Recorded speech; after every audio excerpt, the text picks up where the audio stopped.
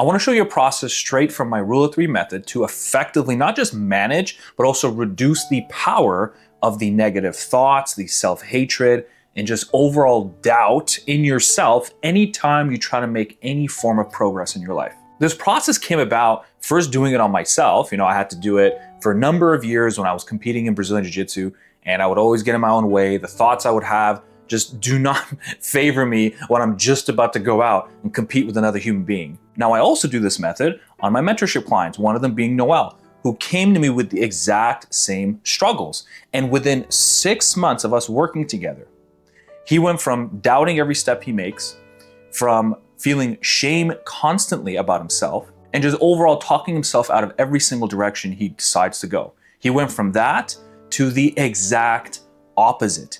He now has a girlfriend. He was able to ask someone on a date and move forward in his life in a relationship, take on conflict at work, which was one of his biggest problems, and therefore affecting his ability to move up in rank. He was able to actually now feel excited about his future because what has happened is the power of the voices within him have quieted down, and he himself became bigger than those voices. And so you want to be very mindful, obviously, that this process is not me saying you will completely remove these voices 100%. That's just not what's really going to happen. What's actually going to happen is you just become stronger than them, and the voices become more manageable and something that can actually assist you. Let's get into it. So the very first thing we want to do is actually have an aim.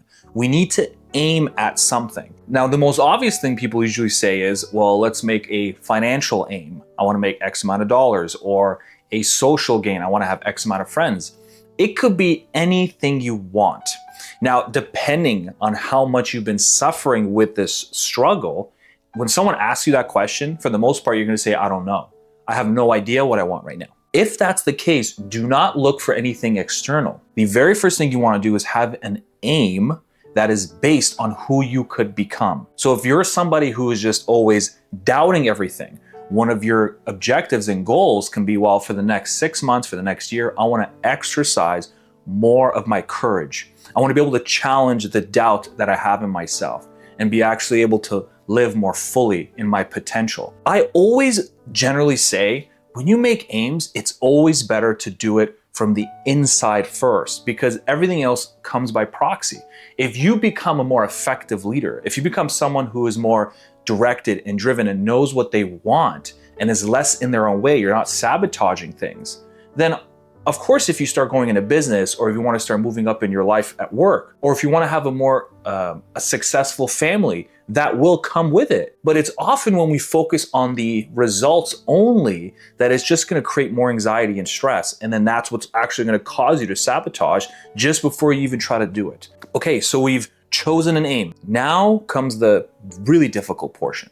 Once you actually start moving in that direction and those voices come in, the first thing you're going to do is do not fight them, do not reject them, deny them, none of that.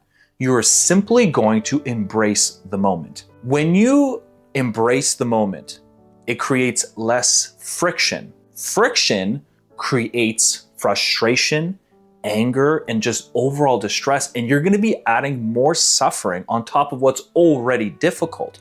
The way I can analogize this is, I'm a black belt in jiu-jitsu, right? So if we're doing escapes, for example, so I'm now in a deficit position. Someone has taken mount or side control or back control. In other words, if you're not familiar with jiu-jitsu at all, those are very bad positions to be in. If I'm in that position and I reject where I'm at, and I deny it, and I hate it, and I try to just force myself out of it, what's going to end up happening is I'm just going to fatigue, I'm going to get more demoralized, and I'm not going to change where I'm at. The situation is still reality, which is I'm stuck. I can't get out.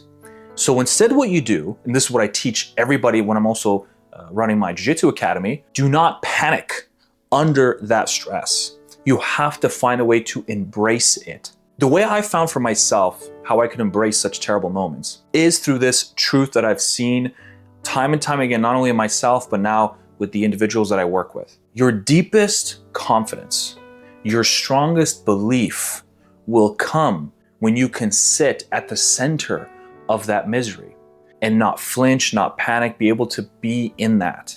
And when you learn how to manage within that pain, when the alarm goes off and when you're feeling insane stress and all those words are coming in and you're feeling anxious and all the other things, your biggest strength will be in knowing you can be in that and manage and work your way out of it.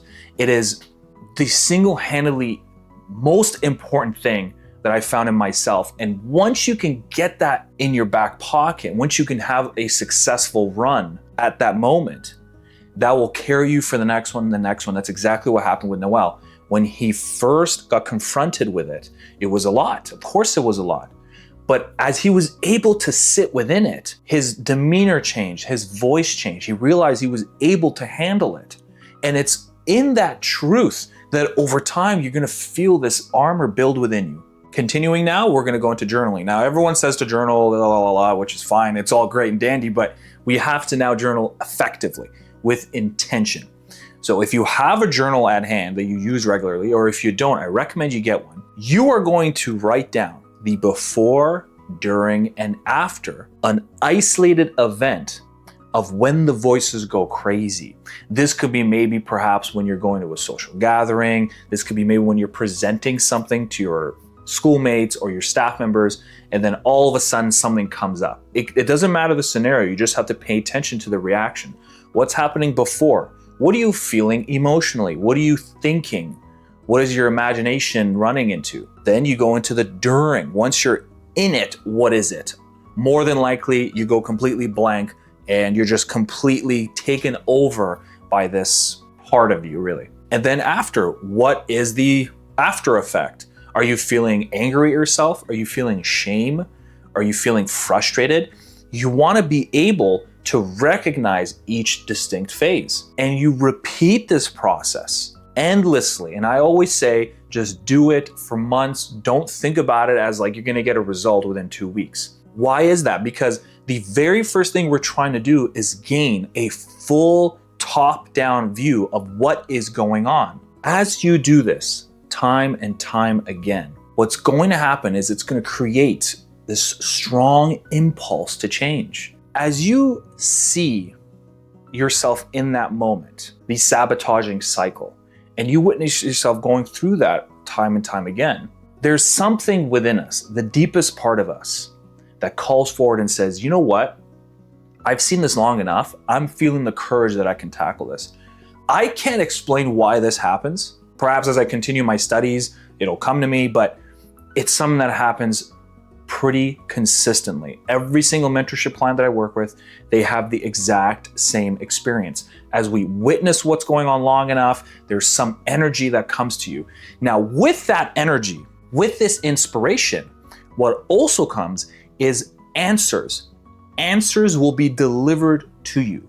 In these answers, you will have something that you probably don't really want to do. So in Noel's case, one of the things we had to do was have him deal with conflict. He had a difficult time with conflict at work because he doubted himself and he wasn't sure of himself. He felt like if he went up to them, it would have gone really bad and he didn't know how to handle it if it did.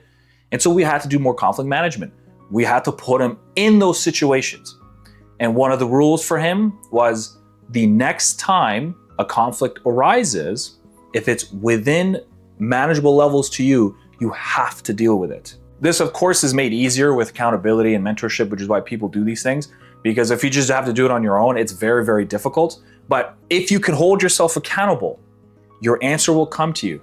And then you have to take action on that answer, no matter how ridiculous you feel. You will often have answers that say to you, say hi to your neighbor. If let's say you're very, very afraid of conversations with random people for whatever reason, I'm just spitballing an example. If that's your situation, this might be an embarrassing thing because you're like, oh my God, so many people can have conversations. I feel so stupid. It is okay. It is absolutely okay to have a level that may be low, but it doesn't matter. It's not low to you. So if you focus on that and completely cast out the noise, it makes things a lot easier to actually tackle, because when you tackle them and you succeed, you will feel rewarded no matter how silly you think it is. Now, another way to approach this without having to deal with all this drama is do not tell anybody about the changes you're wanting to make. Do not openly blast it and say, I'm going to become this person. I put a New Year's resolution as we're coming to Christmas and the holidays and the New Year's. I want to make a resolution. I'm going to tell people this and I'm going to tell people that, because I get it. You know, sometimes when we tell people, they will validate what you're doing. It feels good. But you will also notice that it completely kills your motivation, because you get a sense that you actually accomplished it when you really didn't. And then if a hurdle is if you're up against a hurdle and it's let's say quite high for you, but for others it's not, you're gonna have people say things to you. It's gonna make you feel worse. They're gonna keep asking about how you're doing, and you have to keep updating them when perhaps your pace is different. So keep it to yourself. Bring it to that inner world. You have to have a relationship with that deeper inner world, which is you, that deepest sense of you. When you can build that relationship, you can make any kind of goal you want. And as you target and you attack those goals and you start to succeed, very naturally, you're going to start feeling more uplifted, and the challenges will get higher and higher. Exact same thing we're at with Noel. I've been working with Noel for a while now. We're way past the 6-month mentorship. He wants to do the ongoing version. But even now, as we tackle challenges, his challenges are much bigger. And so we always have to reflect and remind ourselves, listen, just because you're feeling fearful again and anxious and nervous at the challenge ahead of you, it's not because, you know, you're weak or anything like that. It's just, number one, it's natural. You're going to feel those feelings regardless. But also look at the challenge you're going up against. It is infinitely higher than where we first started. It's micro to macro. I say this ad nauseum. You guys are probably tired of it, but I will endlessly say it because it is an absolute truth. It's the small things that lead to big changes. Now, I want to leave you with this final thing. This is one of the most important things. FPC. Faith, patience, and courage. These 3 ingredients are absolutely crucial for all this to work. You have to have the faith that this will happen. The timeline is not in your control. But as long as you release that timeline and understand, if you stay the course, the changes you're seeking within yourself will happen. They will happen. You have to have the patience for it. Because of course, when we're in distress, we want it right now. But it's in wanting it right here, right now, that's going to completely make you make decisions that are going to derail and sabotage your progress. And then third is the courage. You have to have the courage to believe, and you have to have the courage to be patient. Because like I said, if you're not patient, you're going to make rush decisions. If you also want to hear it straight from Noel himself, you're going to click the video right above me right now. Otherwise, Merry Christmas, Happy New Year. I'll see you guys next week.